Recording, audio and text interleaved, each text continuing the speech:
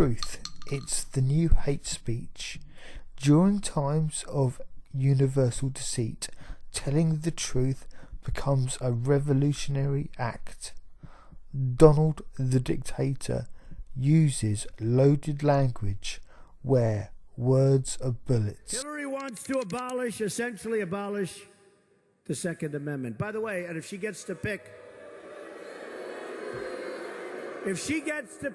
her judges, nothing you can do, folks.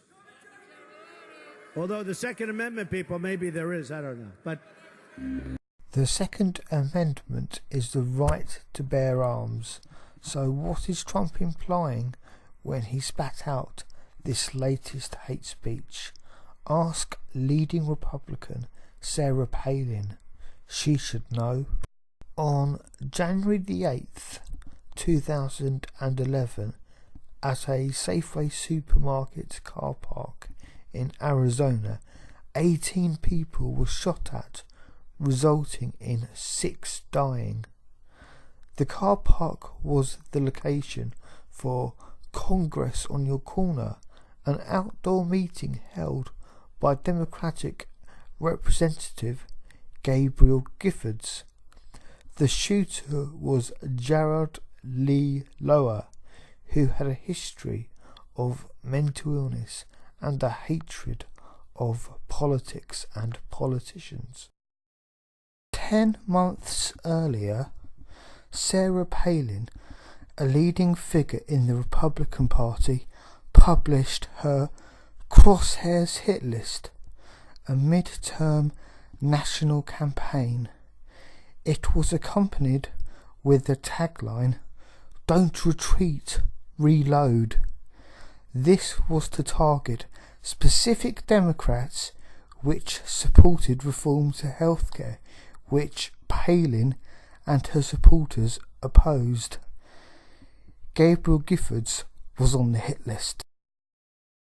Only days after the hit list was published, Gabrielle Giffords had her office door smashed in. She appeared on the American news program The Daily Rundown. Here's what she said. Are you afraid? Are you fearful today? You know, I'm not. We've had hundreds and hundreds of protesters over the course of the last several months. Our office corner has really become an area where the Tea Party movement congregates, and the rhetoric is incredibly heated. Not just the calls, but the emails, the slurs. So, I mean, things have really gotten spun up. I mean, we've got to think about it. Our democracy is a light, a beacon, really, around the world because we affect change at the ballot box and not because of these, outbursts of violence in certain cases and the yelling and it's just, change is important. It's a part of our process, but it's really important that we focus on the fact that we have a democratic process. 10 months later, on that fateful January day, Gabrielle Giffords was holding her Congress on the Corner meeting. Of the 6 people who died, one was John Roll, a court judge, and one was a 9-year-old girl, Christina Taylor Greene. Gabrielle Giffords was shot in the head. The bullet was a through and through, and against the odds she survived. She went on to make a full recovery. Sarah Palin never apologised.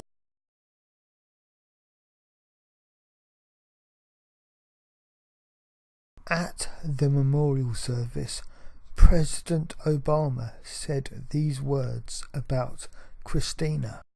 "I want us to live up to her expectations. I want our democracy to be as good as Christina imagined it. All of us, we should do everything we can to make sure this country lives up to our children's expectations." Yet Obama himself has used violent rhetoric. To this type of talk, take a look at this quote from the president back in 2008. This was when he was on the campaign trail, everybody. He says, quote, "They're going to try to scare people. They're going to try to say that Obama is a scary guy. If they bring a knife to the fight, we bring a gun. Because from what I understand, folks in Philly like a good brawl. I've seen Eagles fans.